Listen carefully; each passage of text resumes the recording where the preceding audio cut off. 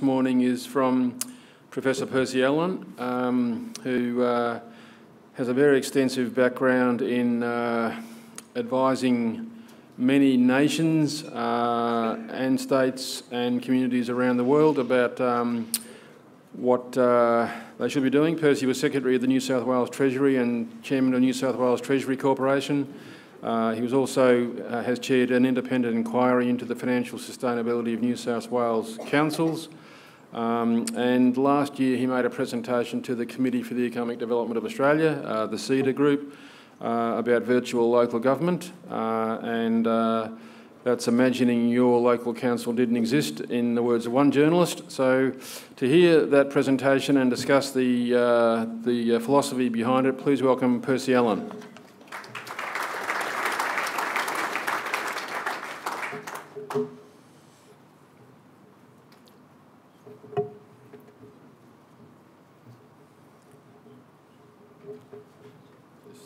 Just move this a little bit over time, John. No, that's fine.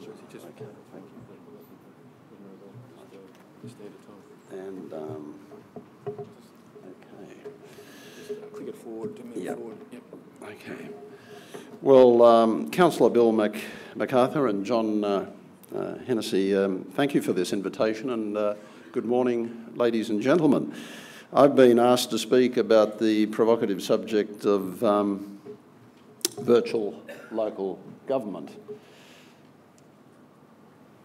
I don't know if this is working, so I might wait for the slides to come up. Okay.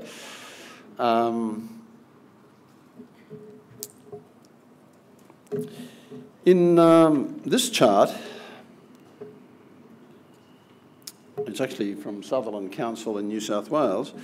They've put 31 tasks of councils in one picture, which I think is quite clever. I won't go through all of them. I'm sure you'll recognise them. Council functions can, I suppose, be broken down into what are core services and then support services within a council, and that's a rather technical diagram which I'll pass over quickly. In terms of the core services of councils, as we all know, they cover such things as roadworks and traffic, building and repairing local roads, controlling traffic and so forth. Public works, building and maintaining parks, public buildings such as community halls and scout halls, waste disposal, street cleaning, urban planning and development, application processing, so to ensure that new buildings and houses develop in a coordinated and well-planned way, recreation and entertainment, such as libraries, playing fields, golf courses, tennis courts, so forth, and public health, providing public toilets, making sure public places, including restaurants, are clean, ensuring pets are registered, so forth. Now, when we come to the corporate support services, here again, the main ones are planning and monitoring, such as council plans, financial plans, municipal strategic statements, and other strategic plans, and policy development. Pardon me. Public representation from councillors representing their community, and of course advocacy and promotion on behalf of constituents to state and federal agencies, and promoting local economic development and tourism. They're the sort of functions which I'm sure you're all familiar with. Now, it's always come as a surprise to advocates of amalgamation that Australian municipalities are amongst the largest in the world in terms of populations served. You'll see that in this diagram. The average size of a council in Australia is about 40,000 people, whereas in the United States it's around 8,000, a little bit under that, and in Europe it's just over 5,000. So when we talk about government in Australia, actually we have very few governments compared with virtually all other countries, well, developed countries in the world. Notwithstanding that Australian councils are very large in terms of the population they cover. They're really quite small in spending capacity. Indeed, they're amongst the poorest in the world. If we look at local government expenditure as a percentage of GDP, and I realise I should update this, it's from 2006, but I don't think it's changed that dramatically. In Australia, it's just over 2%, it was then, of GDP, whereas in the United States, it's around 8%, a bit over that. In Europe, almost 13%, as it is in the United Kingdom. That's the European Union. And in Japan, a whopping 15%. So yes, we do have very large councils in terms of the number of people they serve, but rather poor in terms of the resources they control.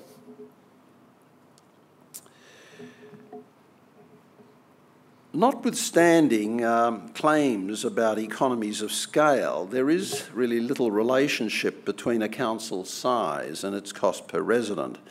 And I've done a lot of work on this in New South Wales, and I could show you a lot of charts. But let's just take the New South Wales Metropolitan Councils, where the correlation between size and cost is really less than 2%. It comes out at an R squared of 0.0173, which is less than 2% correlation. In fact, it's not statistically significant. And indeed, not only the Australian but international experience suggests that bigger councils don't cost less. The Australian Centre for Excellence in Local Government, based in Sydney, did a report on consolidation in local government, a fresh look in May 2011, and they found, in general, research and debate about an optimum size population for local government areas has been inconclusive, and there remain strongly opposed views as to whether larger amalgamated councils enjoy significant economies of scale. And co-author of that was Graham Sampson, Professor Graham Sampson, who of course chaired the 2013 local government inquiry. I did the one in 2006. Now, by contrast, I know we talked about this enormously fast technology we had to live with, but I'm struggling a bit here. I'm just caught up with speed fatigue. Anyhow, by contrast, at least in New South Wales, there is a strong relationship between a council's size and its average rates. And this chart shows council average rates versus population size for all New South Wales councils. And note here that there's quite a strong correlation, 0.577, nearly 58% correlation, which in statistical terms is a significant correlation. So those who are hoping that a bigger council will reduce their rates as we get mergers in New South Wales, be careful what you wish for. The most efficient urban councils in the world are based on the US Lakewood City Council model of staying small to ensure local needs are properly met, while outsourcing services to a shared service centre or specialist providers to obtain economies of scale and scope. And I'll talk a little bit about the history of the Lakewood model. Here's a picture of their City Hall. Fairly Spartan, as you can see. The concept of a virtual council is over 60 years old and, as I said, started at Lakewood, a suburb of Los Angeles, California, USA. It had a very interesting political history, which I won't get time to go into it. It now has 80,000 residents in an area just under 25,000 square kilometres and is situated northwest of Long Beach County in California. This puts it in a bit of a context. You can see it's based there in Los Angeles, and I don't know if this pointer works. Oh yeah, it's situated here and just north of Long Beach,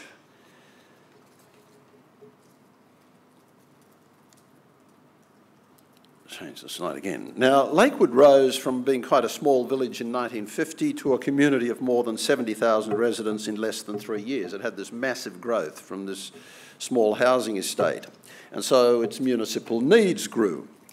And Lakewood at the time had 3 choices. It could become annexed to the nearby Long Beach, remain unincorporated and continue to receive county services, or it could incorporate as a city in its own right.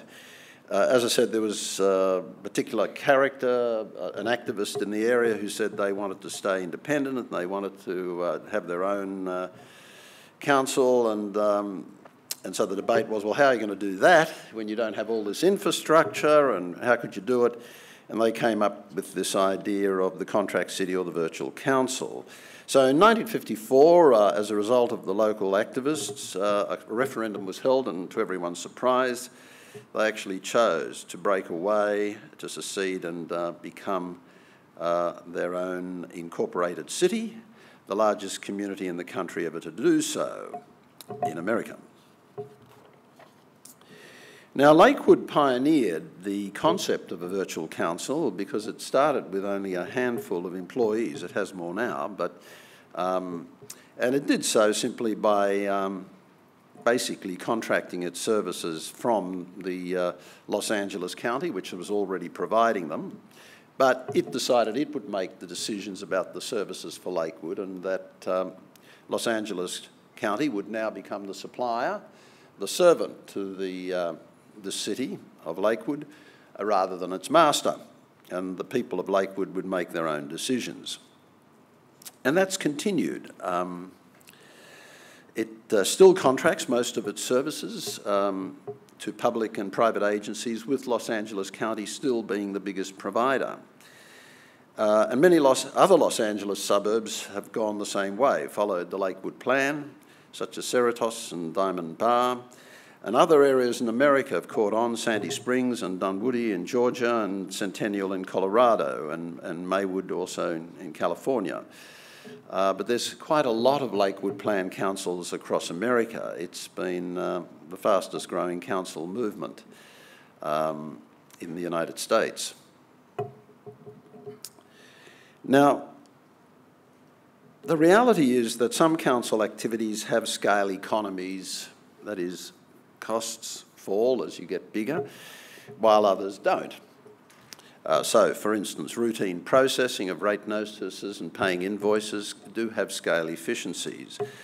But there are other things, case-to-case determinations, local environment plans, putting in new traffic signs, anything that deals a lot with human interfacing, where there are individual problems and the like that can't be systematised and standardised, where there are diseconomies of scale, because if you move your administration block to some area and now it's much further from people, then you've got to get into a car and you've got to travel longer distances to get to the site to talk to people and deal with things.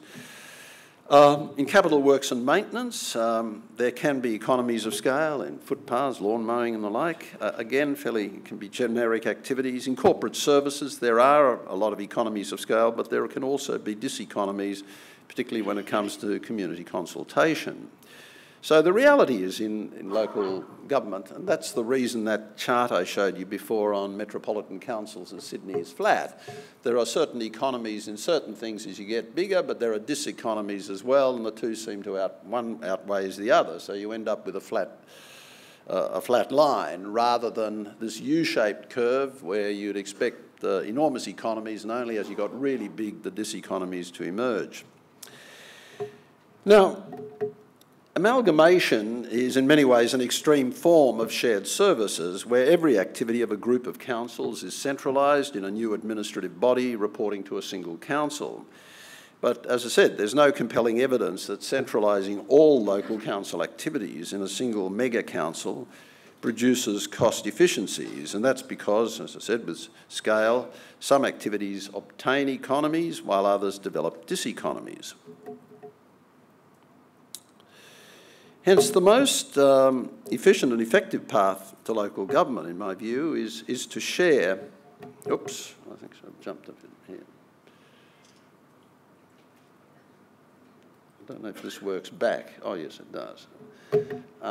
Is to share and outsource those activities that benefit from size, such as corporate services and regional strategy, and keep councils small or even downsize them for activities that are best done on a neighbourhood scale, which involve local issues and place management.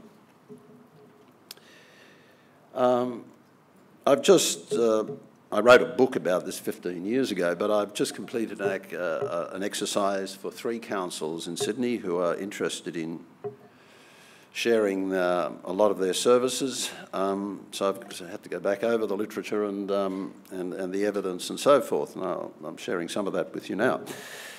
Activities most suited for sharing, often the back office, high volume, repetitive transactions with standardised inputs, output and work processes such as accounts and rates collection. I'll take you through lots of examples in a moment. The middle office activities. By middle office, I mean the areas where the decisions are made and the strategic thinking's done for the whole organisation. So it's still part of corporate services, but it's not the back office grunt so much as that's where the general manager and the strategic executives sit. But in the middle office, activities that require strategic analysis and advice at a regional, not just a local level. Urban and economic planning is one, or assessing very complex development projects that have a wider regional implication. There too, sharing across a region would make sense. And some frontline services involving high volume repetitive transactions with standardised inputs, outputs and work processes, different to the back office but still fairly repetitive, sort of stuff where there's waste collection, road repairs, because you're doing something that's not interfacing so much with people. I mean, your garbage collector, you may interface with him once at Christmas when you give him a bottle of beer or whatever as a Christmas present. Probably not that much with the road repairers, but once you get into that people interfacing area, it's very almost case management. There are no economies of scale in here. There's, if anything, diseconomies. And the further you are from people, the more angry they get and the more you find yourself interfacing and having to hop into a car driving great distances. So that's an area where being small really does count. Okay. Now, private and public sector services that have been most receptive to sharing, as I mentioned, are back office routine generic activities in finance, personnel, procurement systems and other forms of corporate support. And I'll just take you through a few examples.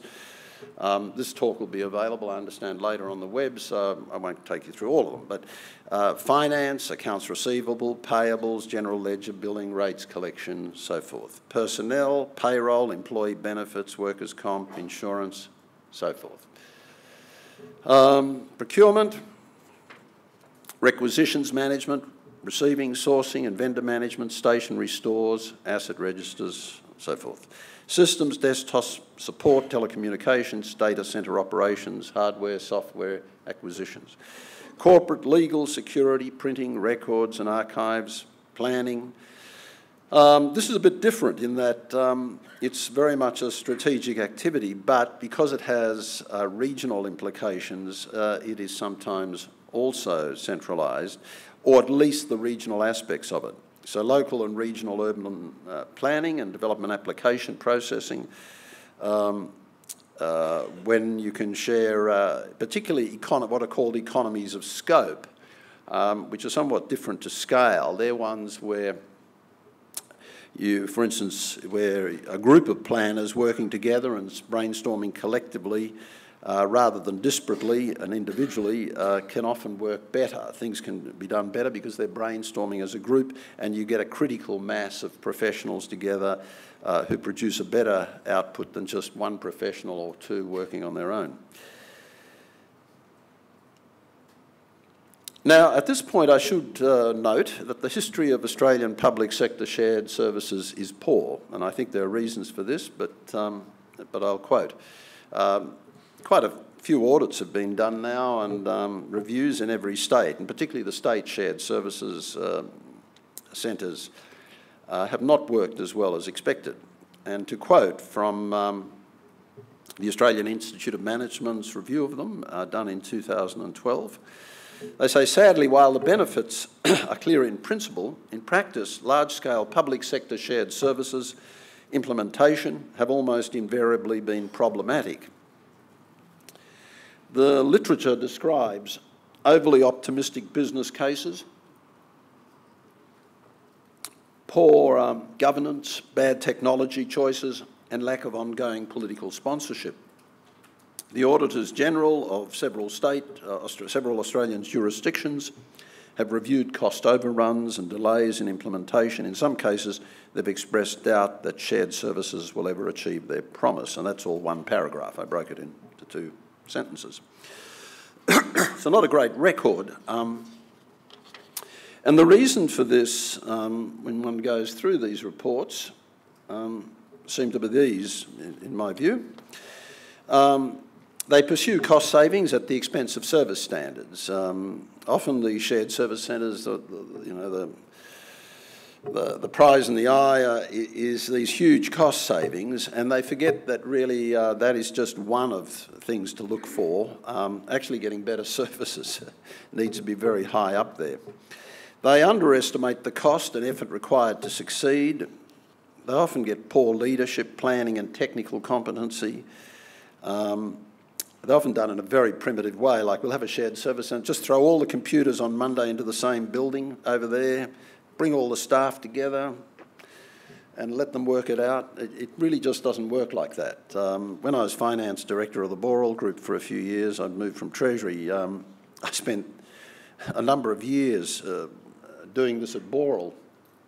We had 150 of these shared service centres, individual centres around the world. My vision was to get it down to 3. I think Boral finally got it down to 15. This is a tough, tough job, putting these things in place. Another problem is not agreeing on service levels in advance of implementation. It's very important to have a line in the sand, know what your costs and quality of service is now, because you want to later on manage against that, improve on it. Share complex services not amenable to standardisation is another problem. Trying to do too much, in other words, because it's this generic transaction-based stuff that really works well in these centres, but once that succeeds, you say, well, now we can get it to do all these other complex things. Don't kid yourself. Once you get into complexity, again, you get into these diseconomies of scale. Centralise activities before redesigning their processes, adopt IT systems that don't interface locally, that's another problem, and migrating to these shared services before piloting their transfer. Other reasons they fail, introducing shared services concurrently rather than sequentially, roll them out one at a time and pilot them before you do it. Do inadequate change management planning to help staff cope. There will always be retraining involved, transferring staff, relocating staff, recruiting staff, and unfortunately also retrenching staff. Another reason for failure is they're situated in the state area, usually within a general government bureaucracy, antithetical to running a business. The reality is these kind of shared services have to be run as a business in a fairly entrepreneurial manner because they're serving customers, and putting it inside a Department of Finance or a Department of Technology in the state, which is a general government bureaucracy, is usually the death knell for these organisations, because they need a very much more enterprise culture than a public service culture to be that business and customer oriented back to the departments they serve. Another reason for failure is don't face the prospect of contestability to make them efficient. If they're just another monopoly, they'll behave like a monopoly, and they're not accountable to a board appointed by their customers. They're often just a monopoly accountable to themselves. So they're the various reasons for the failure, I think, at state level of not achieving what was expected. Now, because of this high failure rate of shared services within the public sector, a strong case could exist for going straight to outsourcing for a lot of these back office services. Rate collections could go to the local retailer in electricity or gas or water or whatever to do. However, a shared service centre can be both cost efficient and client responsive, in my view, if it does four things. Whereas at present, at the state level, only one of those is attempted, and not always well, and that's the first one. But the four things are to negotiate a service level agreement with each client council up front, so each party knows exactly what is expected of them, both from the customer's point of view and the producer's point of view at the shared service centre. And secondly, reporting to a supervisory board of client general managers, and I'll talk more about that. Distributing the profits of such a centre, because it should be run as a business, as a price rebate on client council purchases, so they see the money comes back to them. It doesn't just get lost in some black hole. And finally, becoming market contestable for shared services, say after 5 years, have a sunset clause so that a council is not a captive of a shared service centre that isn't working. And that also sends a message to the shared service centre. At the end of that period, if you're not performing, you could lose this business and you could get closed down or you could be shrunk. Now, I think it's interesting that with Lakewood, they're still, after 60 years, outsourcing most of their services to Los Angeles County. And again, there's a history in that, and I don't have time to go into it, but at first, I'll briefly say, at first the county was very keen, of course, on this, and it was virtually cross-subsidising Lakewood, and after a while the county said, hang on, it's not our ratepayers, we should be subsidising the people in Lakewood to keep their business. So they started activity-based costing and really started charging them for the full services, but they didn't lose the business because it also forced Los Angeles County to get better at what they were doing and more efficient and more effective and more customer responsive. So it worked for both of them. And the truth is, Los Angeles County still gets most of that business, overwhelming most of the business, even though they have to compete with the private sector and other groups. And so it can work. Successful shared services offer, I think, a number of benefits. First of all, efficiency. If you follow those four things I've spoken about, can reduce unit costs of your routine transactions by standardising their work processes and desktop systems, consolidating their operations in a lower rent location and aggregating their volume to exploit economies of scale. Quality, reducing transaction errors by standardising work practices and ITC systems, reducing decision control points, documenting office procedures, and reporting regularly against agreed transaction service benchmarks. Service, improving service level timeliness and responsiveness by forcing client agencies to more clearly specify their exact needs. So the client also has an obligation here to actually say, well, what do we really want? Not just do what we've always done. Reporting regularly against service level agreements, and also reporting against compliance and complaints handling benchmarks. Specialisation, enable back office functions to have dedicated expertise and management applied to their operations, thereby freeing up agencies to focus on their core tasks. And we saw this morning a video from Britain about how they had done some shared services and how it did free up particularly the middle office to do a lot more thinking, and also the front office about how we actually deal with the community, with the citizens and their problems, rather than get bogged down in all the grunt work, which has to be done. But that grunt work can be quite satisfying if it's done as a dedicated piece of work with a manager who's really dedicated to that and a group of people who see it as a business and a core business in their own right, not just something out in the back office, which gets secondary consideration or gets a lot of consideration because it's full of crises. Other advantages, sorry, I'm a bit slow on the slides here. I'll jump that one as I'm on the next slide. If it works. There we go. Other advantages are from a career point of view, improved career prospects for transaction-oriented staff by offering a bigger work environment and opportunities to learn best practices and cutting-edge technologies with dedicated supervisors, because these shared service centres have to stay at the cutting edge, because ultimately they will be competing with private and other public providers. Technology, allowing ITC systems, leading edge ones, to be employed at lower cost with closer maintenance and more frequent upgrades by consolidating them centrally.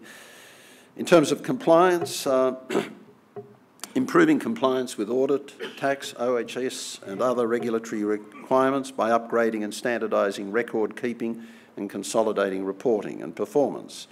Improving performance of client agencies by standardising management reports to enable interagency performance comparisons.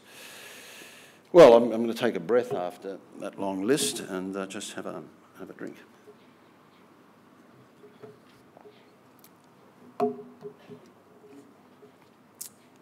Now, today's information revolution, we heard earlier from Richard, the information revolution, unlike yesterday's industrial revolution, requires speed, not size. I think a lot of the thinking around amalgamation is still caught back in the 1930s when the world sort of got to recognise that very large corporations could be efficient just through size and assembly lines and so forth. Now, the world's moved on since then. In the post-industrial era, if you want to survive, you've got to be nimble and fast, and you've got to be responsive. And size can often get in the way. Pardon me. So amalgamating councils into a monolithic behemoth won't encourage flexibility and agility, nor will it solve the two key problems in local government, namely prolonged underfunding of essential infrastructure assets, as has been identified in a number of local government inquiries, including the one which I chaired and directed, but lots of others have found the same, and dysfunctional planning and development approval processes in many councils, as was identified by the Productivity Commission. So making already big councils bigger, as I said, won't expedite works or development approvals, as some hope. This is a cartoon I rather like. In this cartoon, Carson is being told his new role in an amalgamated council. It's interesting when you look at the organisation chart, the pyramid seems to have been inversed, and Carson looks like the delivery point of a lot of managers sitting on top. I find that quite amusing. Okay. An alternative to amalgamation is a two-part legal structure for regional governance. First would be a regional council of mayors constituted as a county council. I can go into the legalities of why and not later during Q&A if you like, but such a council of mayors to conduct regional advocacy and lobbying and to engage with the state government in regional growth planning and related decisions, and a regional shared services centre, a company limited by guarantee, governed by a board of council general managers, to provide shared services to its member councils, the regional council of mayors, serving them as well, a joint regional planning panel, and other prospective clients who could be private and public, as we've seen with the Hunter Shared Services Centre. Here's an attempt to depict it as a slide, as a chart. You'll see here first the Regional Council of Mayors. I think in a sort of county council legal shell for reasons that it has more authority in that form. Serviced by a secretariat, which comes out of the Regional Shared Service Centre for the advocacy and planning work done at this level. But this shared service centre would also provide shared services such as finance IT to member councils and possibly other clients, as the Hunter one does, which can be state and private. There are, of course, important agreements between the Shared Service Centre and the Council of Mayors on what are we going to provide for you and what do we get paid in return from you. With that funded by the member councils, the Regional Council of Mayors, and a service level agreement, of course, between the shared service centre and the councils, through which they get paid for their services. That's a sort of simple depiction.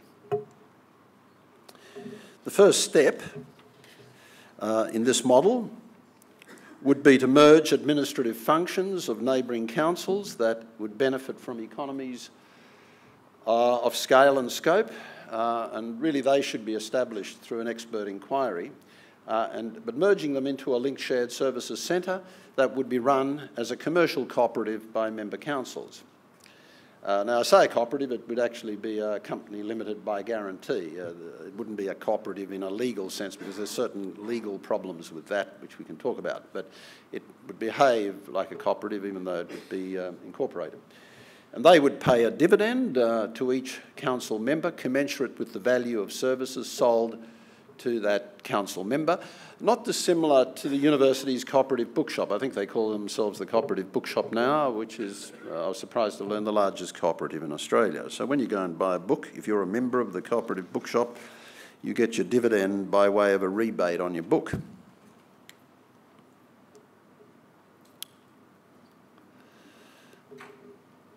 The Regional Council of Mayors would appoint a joint regional planning panel that decided all development applications of a regional significance, and each council would appoint its own independent local planning panel to decide all development applications of a local significance in accordance with the council planning and development policies, which would remain in the hand of the politicians.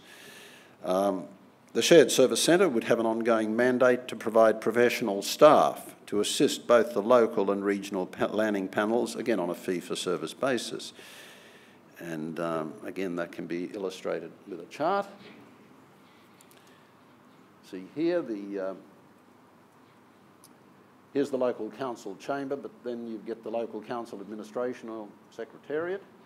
It naturally provides services, as it does at present, to the council. It would provide various services to the community, frontline, middle office and the like. The council would provide services to the local community, as it does at present. Now, some of those services it would get from the Regional Shared Service Centre, a lot or a few, it depends on what number, you can decide on that. They would be both the sort of back office services I spoke about, and maybe also some frontline services such as waste collection, street cleaning, road maintenance, the more generic things not involving so much people interface.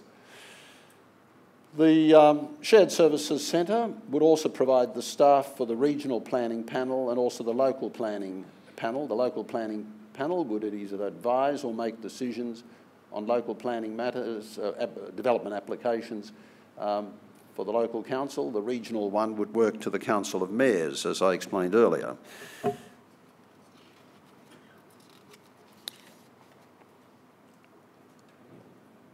After, say, 5 years, I should just say at the beginning, it's very important, I think, to keep the shared services centres honest. I think a problem at the state level is I think one of their problems was they sort of became powers unto themselves and not that customer focused. So it is important to keep them honest. So after 5 years, say, each council would be given the discretion to buy services from any provider, public, not-for-profit or private, as happened with Lakewood. But as I said, they kept most of it with the Shared Service Centre through Los Angeles County because they were getting good service. But it sends a powerful message, really. Look, you've got 5 years to get your act together. After that, we can go elsewhere if we're not getting satisfactory service. It doesn't mean you pull out of everything, but you might pull out of one or two things where they're not giving good service. So they've got a strong incentive to perform. The other reason, of course, you might want to stick with them, and that gives the Shared Service Centre a bit of a head start, is that you do get these dividends back, rebates. You'll get your share of the profit from this organisation because the councils have invested in the Shared Service Centre. So shifting business to alternative providers would mean forfeiting the cooperative dividends. Nevertheless, such a sunset clause would put the Shared Service Centre on notice that unless it performed efficiently and effectively, it could expect to lose custom once its exclusive contract expired. Where a community wanted a smaller council for better place management of its services and infrastructure, such a contract model would allow municipal councils to splinter along precinct lines without sacrificing economies of scale and scope. So in other words, rather than always thinking about making them bigger, which I think this kind of model with a shared service centre and with the planning of a regional nature going regional and having a council of mayors, you can capture those economies of scale and scope. But there may also be certain communities which will say, look, we'd like to be more like an American or a European council. We want to be a council of 5,000 people or 8,000 people or 3,000 people, even in urban areas. In other words, we want to be more like a body corporate, but with much wider powers and responsibilities than a body corporate, and we want to run our own show. I just think the future is very much about fragmentation, and we're hearing that in the talk we heard from Richard. It's both centralisation and fragmentation. So this model of everything's got to be centralised or everything's going to be fragmented, it's just not going to work like that. Certain things are going to work on a fragmented basis, some things are going to work on a centralised basis. We could all sit here and vote on what we want. The reality is technology, demographics, sort of factors we heard about earlier, and globalisation and so forth are going to largely dictate where it's going to push us in various directions, and it's not going to be a simple central or devolved. It's going to be a whole range of things. And I think in local government, we also need to think about what things can be better done on a fragmented basis, what things can be done better on a centralised basis.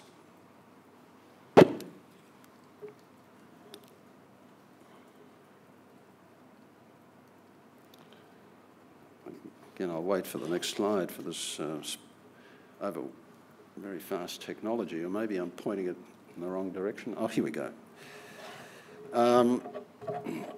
This diagram simply illustrates what I said before about the freedom to negotiate, and very simple again. The local council secretariat providing services to the local chamber.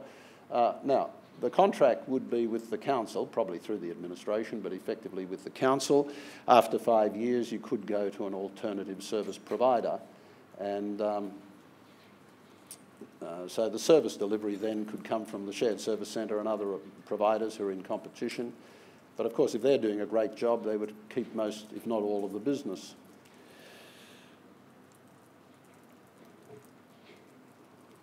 So I'll end on that note. That's a quick cook's tour of what a virtual council does and some examples. And I'm happy to take questions, or as they say on Q&A, comments.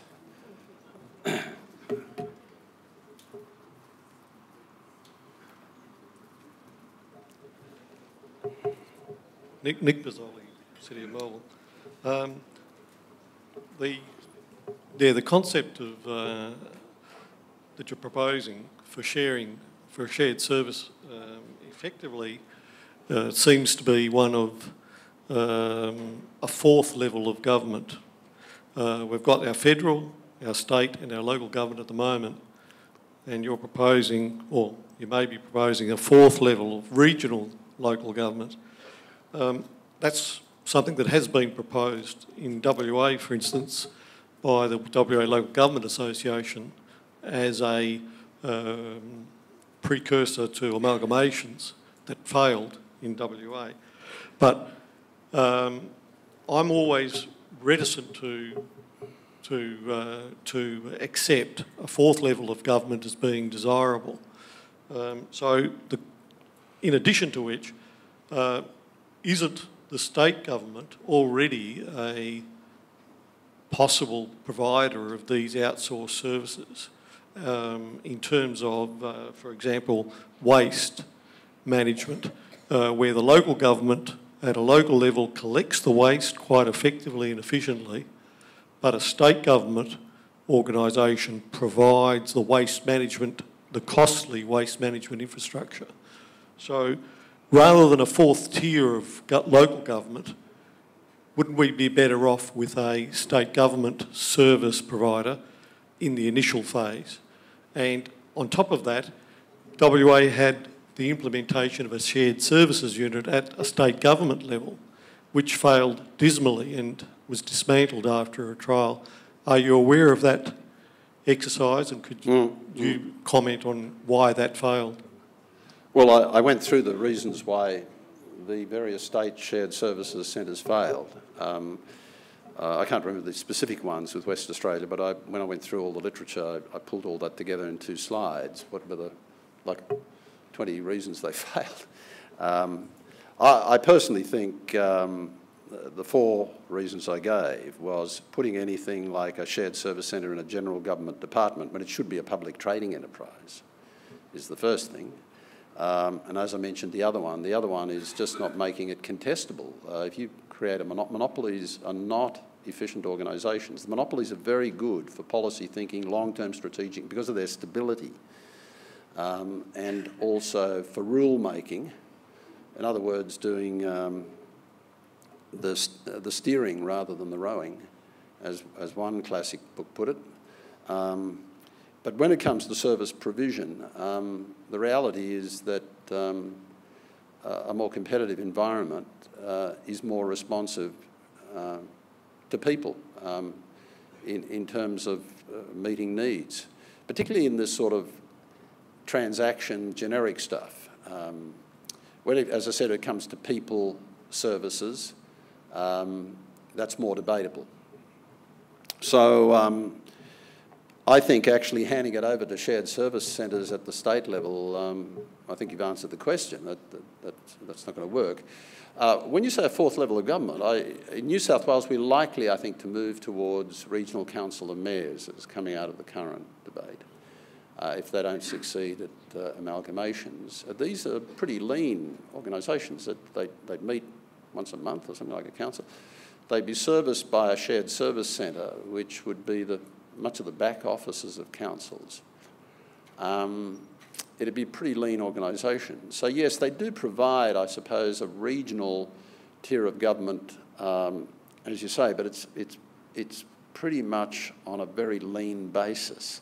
It's not a whole huge bureaucracy. It would be a very lean tier of government. The only other alternative, of course, is to move towards what our federal fathers wanted. They wanted more states, and we've never done that. I mean, they created, the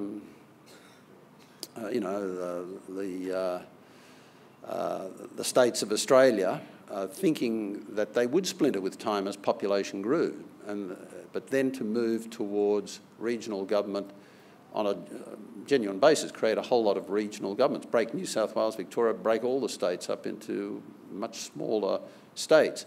But if you did that, would that really substitute for local government? I'm not sure it would. I think the 3 tiers we've got make sense. I would like to actually see more states myself. That's a whole, I've written about that separately. I think the settlement pattern of Australia has got very distorted by sticking with the federation model, where we've got a few capital cities where we're trying to squeeze everyone in, and there are now diseconomies of scale in those cities, in my view. But I think that what I'm proposing in here, we've got to be realistic. We have to take the existing model and how can we modify it? I think at present councils could, if you have smaller councils, as I'm proposing, you do need a regional presence, but really what you'd confine to the regional level is a shared service centre because of the economies of scale, and anything that has economies of scope required at a regional level, and otherwise keep councils relatively small and local, because I think people do want local government, not regional government as a substitute for it. Ken Weathered from Maitland City Council, one of those partners in the Hunter Councils, and which is working very, very well since its concept in 1955. My question to you, with your experience, is how do you see the reporting process back from those virtual councils to the participating councils and councillors? How do you see that reporting process? I'll just go back to the diagrams. It's a bit slow. Maybe I'm doing something wrong here. Get past Carson. I'm not finding this very... I've got to try to get back to... one minute, I think I've skipped a few here.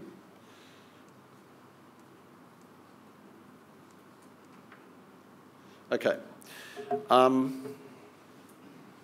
You have to remember, the shared service centre is not your master, it's your servant. So don't think of it as a hierarchical diagram where the council sit below this beast. This group has a service level agreement with member councils who buy services from it. And as I said, these services are largely the grunt work, transaction processing, generic stuff. I gave you the full list in there of corporate services, but it could also be road maintenance and the like. More of the people services would actually stay within the councils themselves because that's where there are economies of scale in being small rather than large. So this group, in terms of accountability, would have a service level agreement back to the council, and that's largely a management function. It's not a policy function. Accounts payable, accounts receivables, doing procurement and stuff like this. This is a straight management happening already within your council without the council really getting involved. So this is why I think the board of this should be made up of the general managers of the council, so like a cooperative, because this has to do with very operational matters. The council does not lose any of its powers here, except in one respect, and in New South Wales they've already lost it, and that is with regional planning. Already we have regional planning panels. So the regional planning panels would now be located up here within the county council, and they would be an independent planning panel, either advising the Council of Mayors or making the decisions itself. We can have a debate about who should do what. Serviced by the shared service centre in terms of the planners, working within here, servicing both a local planning panel for the local council, which either makes the decisions or advises the council, and likewise doing it for the regional planning panel. I had a separate slide on that. So, and again, a service level agreement between the Council of Mayors and this group as to what it expects to have. This group is serving the Council of Mayors what we would expect from you. But the political and policy and strategic control at the regional level on the matters of regional planning and things like advocacy and promotion of the area, a bit like you have with your Hunter Inc., would stay here.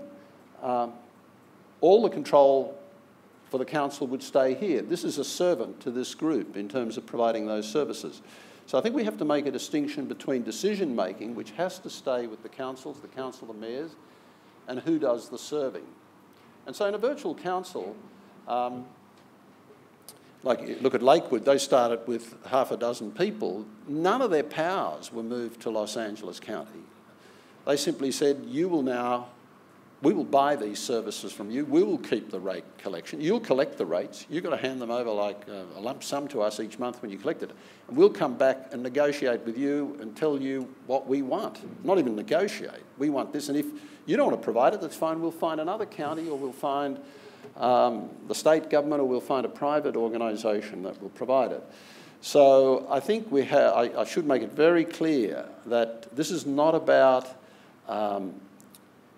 somehow devolving power to operational management. It's not. It's about keeping it with the councils, but getting more efficiency through the back office and some frontline services by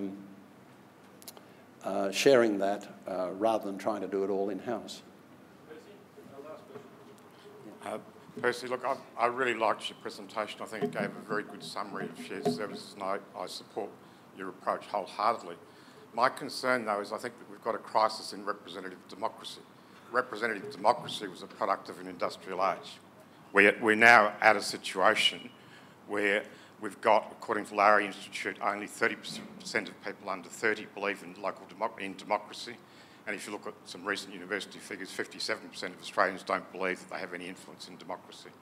To me, the question that we've got to be confronting is not just about the efficiency measures of where we can save money, but we've also got to look at how those sorts of things, which I support, interface back in with our partnership and collaboration with communities. Quite clearly, if you look at the UK model, huge savings can be made by asking the questions that John put up on the board. What services do you want? What services are you prepared to pay for more? And what services are you prepared to take responsibility for? Things like crowdsourcing, community trusts, co-production under the big society are big avenues, but the real challenge for local government is its major supporters are dying out. I did a lot of work with Morgan's research. The key supporters of local government are in their 60s now. And the people under that age are less likely to support it. And the real critical question is, what does local government stand for? Now, certainly the efficiency is really important, but what are we doing with democracy? What are we doing with the third democratic participatory revolution? What are we doing with co-production are critical questions which I think also need to be addressed. Yeah. Look, I totally agree with you. In here, I've really tried to go, I was asked to explain what virtual local council is. What I've tried to do in here, maybe I should have stressed that more so. I think actually councils, to become more meaningful to the community, have to deal more with the people issues and less with the things. Okay. I believe that means that some of those things can go to shared services, can be outsourced, and can be other things to free up councils and their management to start thinking more strategically and interacting with the community. Then the question becomes, well, how is that possible? So what I've done is gone through a model that would allow that to happen. I haven't really had time to go in this talk, then to talk about why smaller councils, in my view, are better at winning back support for democracy than bigger councils. I personally believe in globalisation. If you look around the world, the poorest nations are those who've been marginalised in globalisation. The richest are those who are integrated in it. But I also believe the biggest threat to globalisation is the loss of localism. That if we lose our local identity and lose our local communities, the world will turn against globalisation and we will go back into a feudal period where we'll all be having wars and we'll go back to ultranationalism. So if we want globalisation, we better go very local. And that's what I say to my friends who support amalgamation and mergers and bigger things. I say, look, in doing this, you will ultimately lose because people increasingly want connectivity, and you're not going to get that through some mass, huge organisation. There has to be both a local content and a national and a global. So that's why I sort of focused on how that might be possible without going through all the things which you'll hear a lot about today, about how you can better connect. I personally think smaller organisations are better at that. Okay, can we please thank Percy Allan?